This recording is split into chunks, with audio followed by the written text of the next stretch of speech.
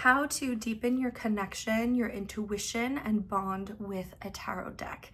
Today I'm going to be sharing with you guys my personal practice of how I bonded and connected with the Nicoletta Tarot and Oracle.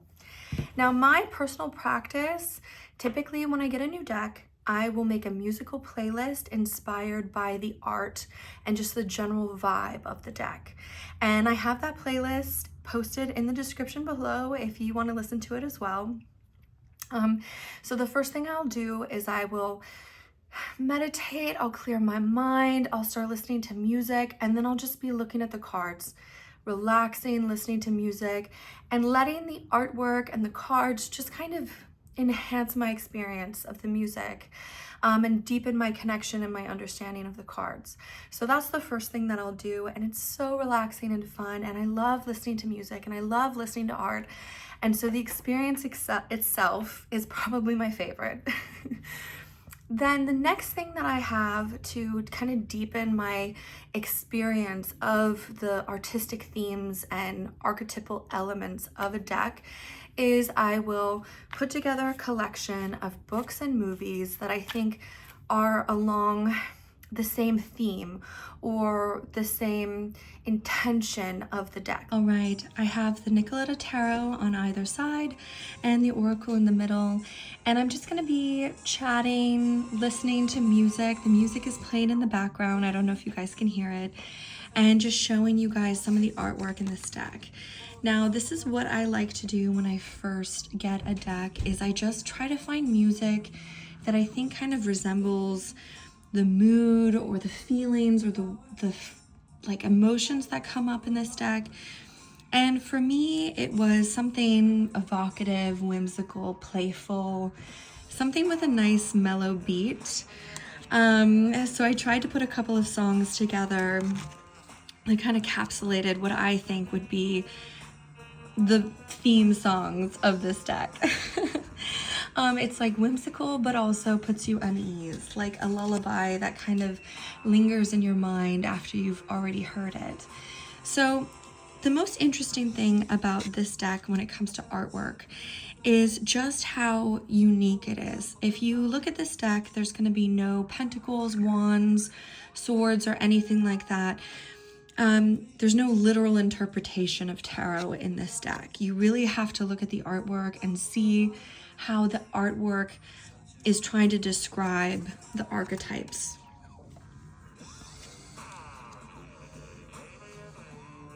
And it's funny because all of the figures are like these, I can't tell if they're like children or childlike, but they're not quite, you know what I mean?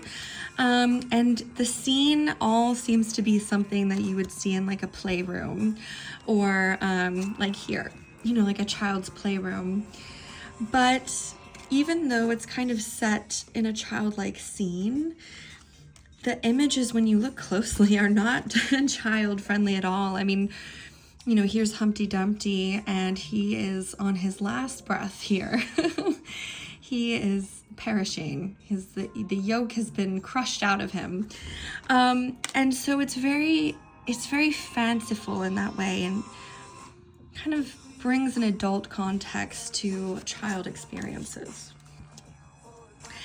If I had to describe the artwork of this deck, I would say it's a blend of sweet innocence with maybe something eerie and off about it. And I think that kind of puts you in a very different mood when reading for this deck. It almost feels like you stumbled into a dream that you weren't supposed to, like a dream that wasn't really meant for you.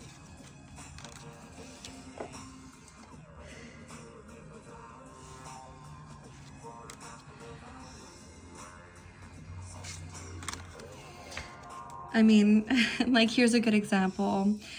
We see this is like a playroom and there's a giant bunny, but the two girls are hiding from the bunny, like in terror. And that's Nine of Swords, which I think when you think about the archetype of Nine of Swords, which is terror and fear and anxiety and worry, that pretty much sums it up right there. But you do have to kind of spend a little bit of time reflecting on this card and just trying to understand the imagery behind it. Look at the double card, I love it. I love that so much. Gorgeous.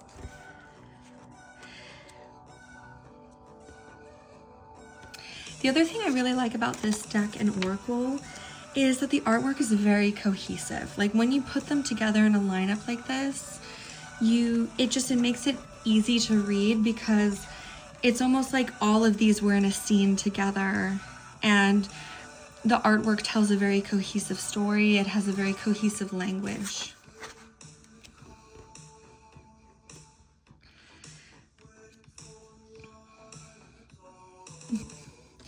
It's so funny. She's got tentacles coming out of her dress. Anyway, so this will be my first step that I do when I get to know a deck.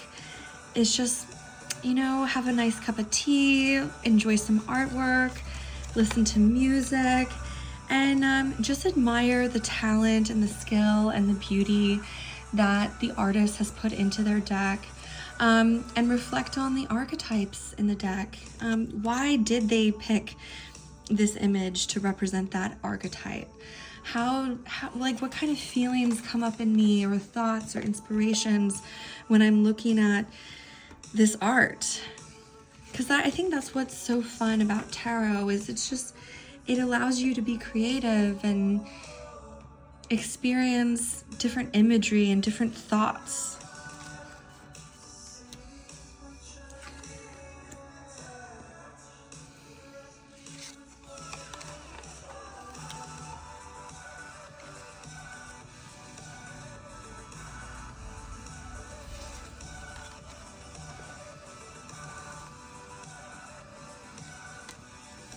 So they just pair really well together.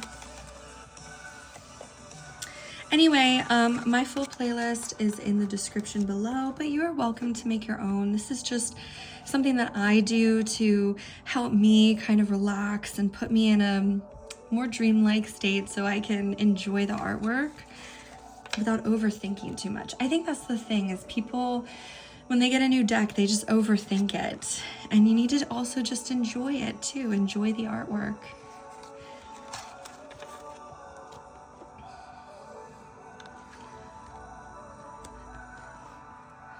So gorgeous. All right. So now I've shown you the artwork within the deck, and you can tell it has a very particular aesthetic. It is kind of sweet, it's kind of innocent, but it also has adult themes, and it can be kind of creepy and eerie. And yeah, it's a very, very beautifully done deck, but it has a very particular aesthetic. The first movie that came to mind when I was looking at the Nicoletta Tarot is Coraline. It came out in 2009, and it is the perfect match for this deck. If you have the Nicoletta Tarot and you're wanting to watch a movie and pull some cards to kind of like deepen your connection, Coraline is by far the best movie I have on this list. And it is a children's story about curiosity and adventure, but danger and threats. Underneath, there's this very eerie, unsettling, kind of creeping danger that Coraline, I don't want to spoil the movie, but it has that creeping danger that also is present in this deck. And it flirts with the idea of themes of like childhood innocence and, you know, childhood longing and the vulnerability that we experience as children, how easy it is to fall into danger. Which honestly, those were the similar thoughts that I was having when I was reviewing the artwork in this deck. The other movies that made my list for deepening my connection with the Nicoletta Tarot are Alice. This is an older movie. It came out in the 1980s. And the reason why I chose that one is because it has the same kind of eerie surrealism. It has dolls, and there's like stop motion animation, which kind of gives it like this horror element. So it's a little bit on the darker tones. Then there's another movie that came out in the 1980s called The Company of Wolves. and it's kind of a more darker retelling of the Red Riding Hood story. I think there is definitely some allusions to Red Riding Hood in Nicoletta's artwork, but it's kind of the movie where dreams blend into reality, and there is some of that dreamlike horror in that movie as well. Another movie came out in 2005 is Tideland, and this is a movie about a lost girl. She's very lonely, and she kind of creates her own fantasy world. And what I like about Tideland is it's kind of that haunting innocence that you also experience from the Nicoletta Tarot. And then finally, the last movie that I can recommend is called MirrorMask. This also came out in 2005. And it's just, you know, stunning, like very eerie, creepy visualizations. There's definitely hidden meanings, double entendres, that kind of thing that you can experience in that movie. And I feel like there's a lot of parallels between that and the double entendres that you see in the Nicoletta Tarot.